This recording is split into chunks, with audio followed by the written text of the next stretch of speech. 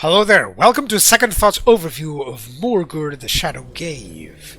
Just like in the previous videos, I played the initial turns and drew some conclusions. In the later part, I will show you some army compositions and adapt to the playstyle of Morghur's faction.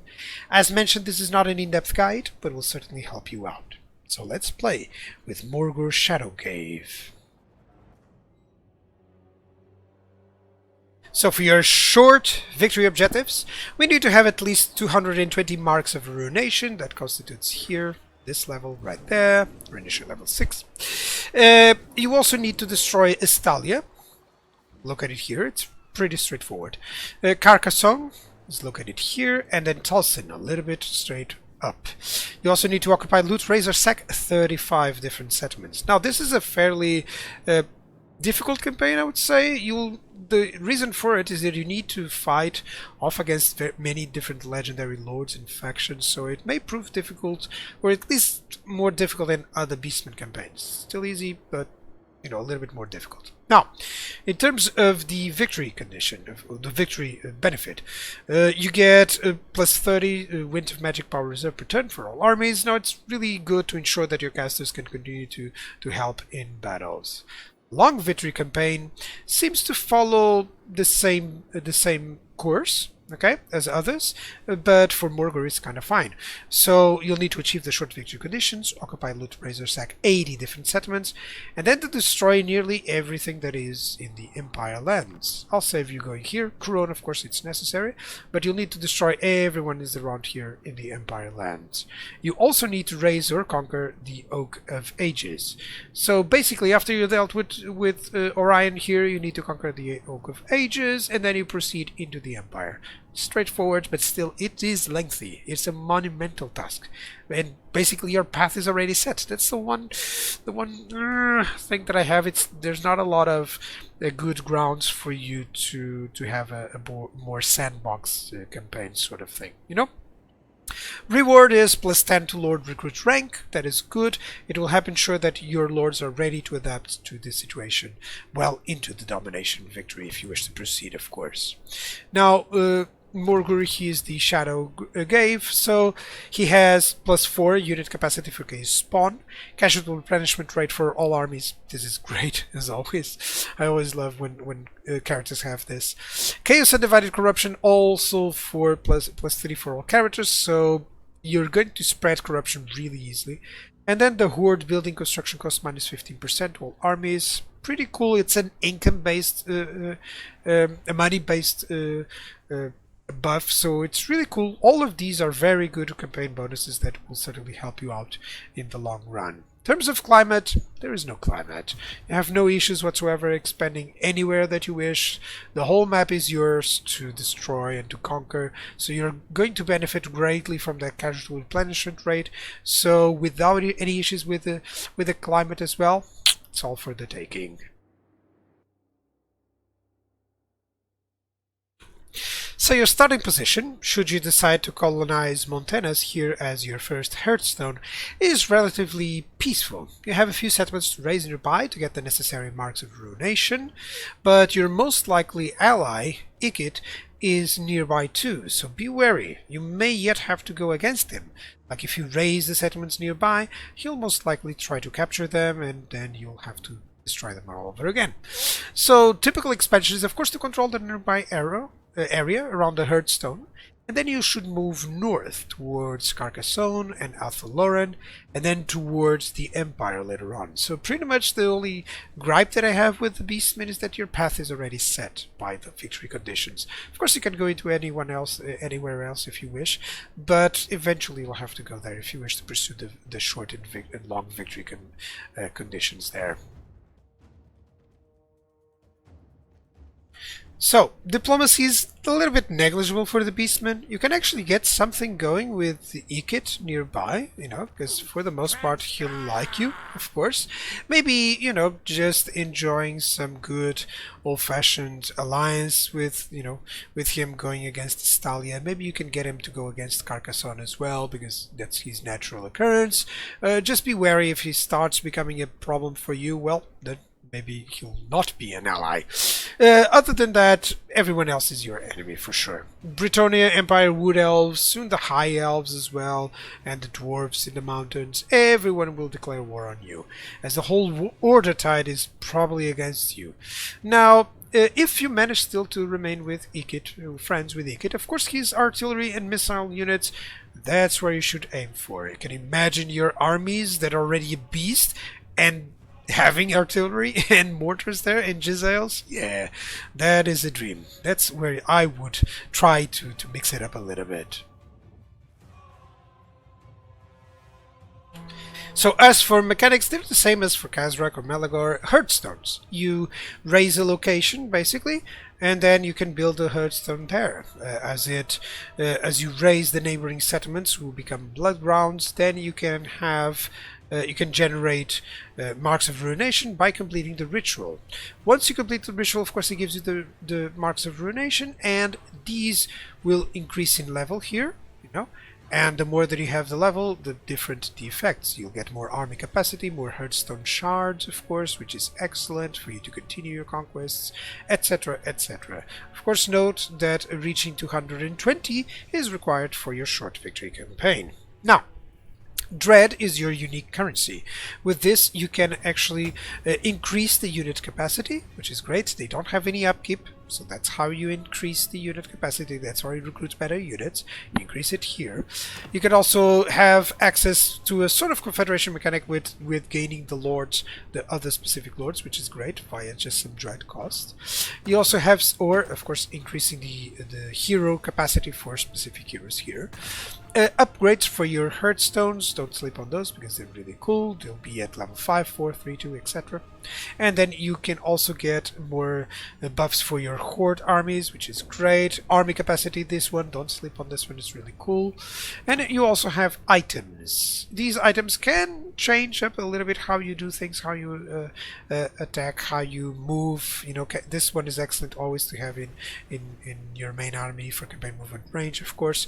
So yeah, just bear in mind how you can acquire these and that you can acquire these to ensure that you always get whatever you prefer, that you always spend your dread as how you prefer in order to keep having better and more focused armies. Now, in terms of the fourth mechanic, which is the moon. From time to time, you will have an event, choose the moon effect, and it will grant some nice faction-wide bonuses as the ones that you see here. Bestial range is also a nice, always growing effect. The more that you battle, the more this will grow. It will affect, as you see here, casualty replenishment rate, horde growth, and charge bonus, which is excellent, of course. Now, finally, your units, they cost no upkeep at all. So all that you need is to continue fighting to generate dread, to increase the unit caps, and that's all that you need to keep growing your armies. So the Beastmen have no province edicts, however their Hearthstone buildings kinda have a variety of similar buffs to the nearby blood grounds. So you can have casualty replenishment rate, horde recruitment capacity in case of divided corruption, you can have winds of magic, line of sight, and dread gained from battles faction-wide, mind this one. You can also have less campaign movement range for enemies, small chance of a plague breaking out that won't harm you, of course, or Warriors of Chaos, Norskins, or notable units, and also minus vigor in battle for anyone that is not Warriors of Chaos, Beastmen in Norska, of course. And in addition, you can also have the ammunition for all Beastmen, Warriors of Chaos, and Norska, reload time increase for the enemy towers, so this is useful if you want to siege something, if there's plenty of places with towers, you know, of walled settlements nearby. You may wish to have this to ensure that they are less effective, of course. It's up to you, but basically you should adapt to these circumstances, that's it. As for army stances, the Beastmen ambush is the normal one. Basically, they have a chance of ambushing any enemy army that they attack, which is excellent. It just provides it changes the way that you build armies, because you can almost count on this, so your army can be different here. You can count that your army will be right there in the enemy's face right immediately, you know? So you can play to that strength. Raiding, it's of course, more of the immunity to attrition that you wish. It does give you some bestial rage, as you see there, and in specific to Morghur, it gives you it gives armies in the raided region attrition, which is excellent, and also a lot of chaos and divided corruption. So the more that you raid, the more difficult it will be for them, for the enemy. And of course you have the hidden encampment. Now note one thing here. You're hidden until discovered, you're immune to most attrition, and you only need 10% movement. You basically should always be in hidden encampment, unless you're actually ambushing or just desiring to raid someone. So yeah, you still have, you don't see here, but you still have the normal ambush stance, of course, okay? And in addition, you do have the beast paths. These are to traverse the terrain. You can use this to go through the mountains or anything else. Note that you can't use it in Athel-Loren. I'm mentioning this because you do start nearby. Not Athel-Loren. You cannot use it here in Ulthuan. So because you start nearby, don't just go there because you will lose that tactical advantage for now. Better to just go for the objectives for the time being. And then later on you can go there, of course, to conquer the whole map. So, you're a horde faction. Thus your armies are your settlements. You have 5 military buildings, 6 if you count the one that provides the shaman heroes here, and 4 infrastructure, basically. As well, this counts more like an infrastructure building, to be honest. So, you can build all of them with your horde, so it's only a matter of what to build before. That's all that you need. Now each of these infrastructure ones do provide an army ability. They're very decent, so be wary of those, be mindful of those, and try to see which one you would prefer to have, of course. Now, they also provide, of course, Winds of Magic. This one provides Dread Gain per turn. This one provides Magic Item Drop Chance and income from post-battle loot. And this one provides Chaos Corruption. So all of them have a little bit of an effect in the whole campaign, but nothing in terms of income, because it's not like you really need that, you know? Now, research, it works kind of differently. It works via challenges. So to unlock this, for instance, you need to win 5 ambush battles. So if you really want something like Dread Gain from battles, it's really important. You really need 3 characters to reach rank 15, so be mindful of that. You know, you have to check these ones before starting to play, because sometimes, of course, some things are very easy to do. Win a battle with at least 4 heroes in your army. Okay, I'll need to have 4 heroes in an army to do this, you know. So be wary of those so that you can, you know, unlock and then you can research it. Okay.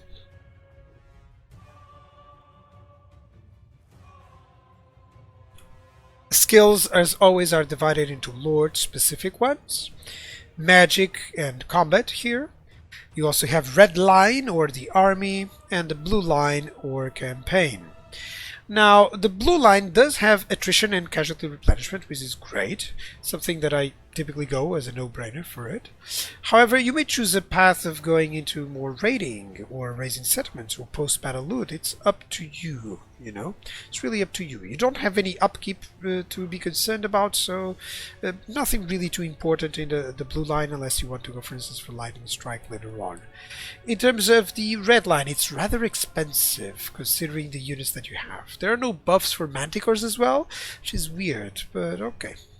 Morghur does have a nice area damage effect, and he basically the idea is that he also gives some buffs to specific units, mainly Chaos Spawn and Jabberslithe. So be wary of that when building up some units for him. He'll also get powerful blessing ancillaries that can modify your units. Be mindful of that, you know, just be on the lookout for that. As for heroes, let me show you. You do have the Warguard for replenishment troops. You do have the Gorbul, a massive anti-large unit. And then you have also the Bray Shamans, of course, with the Lords of the Wild, the Beasts, Death, and also Shadows. So very important to have at least one in each of your armies for some spells, of course. So here are the red line skills for the Beastmen. They're rather expensive, as I said before. There are many units that you may wish that are kind of split up, of course. So in terms of armies, note that my compositions are always trying to do two things: to use every unit in the roster if possible, and to synergize as much as possible between redline skills, specific lord skills, and anything else like action specific stuff. So Morghur is all about the spawn, the Jabberslythe, and some Centigore units. So of course I'll try to use some different compositions for him based on that. You know, and these units actually should always do reasonably well, especially considering Morghur is already a good character. Notice how, you know, average they are in terms of redline skill usage. So yeah, that's cool. As for other armies, nothing wrong with the approach on the different Beastmen ones with more Minotaurs or some Bestigors there, some Raiders for flying units, of course. This is more of a sweeper army idea, but notice how it starts being a little bit more expensive in terms of the redline skills. This is also like a good sweeper army, and sometimes because of the unique unit caps that you have, you may also wish to have these precisely because you already have unit caps. They're cheap units. They don't cost anything. Sorry. So why not have a few of them? You know, and then some more combinations, more into some flying units here, over here, and more into some missile troops here. Of course, you can also remember that you may have the outposts. So some of these army compositions you'll change slightly with those units from the outposts. It's up to you. These are just a few ideas that I would like to play around with my armies in this Beastmen playthrough. Overall, Morghur does benefit from a nice change of location, even if in the end it all goes back to fighting the Empire in the long campaign. He focuses on units that are mostly overlooked, such as the Spawn and just as the Jabberslythe, so by all means making him a nice change for anyone that has already experienced the Beastmen campaign. Just go for Morghur. It will be nice to have the Spawn really being effective, as you can see there. As for your army, Beastmen have reliable infantry, average missiles. What they have is actually decent, but it's average, let's say. Great monsters and single entities, good flyers. They do lack heavy cavalry, and they lack an elite anti-large infantry. That's something that you may also wish to get from outposts if you can. Replenishment is great, especially under Morghur. You'll never have any issues with replenishment. Since you have no income, all you need is to keep fighting to get better units for your armies as well. Now, due to all of this, I believe now is time to fight with Morghur the Shadowgave.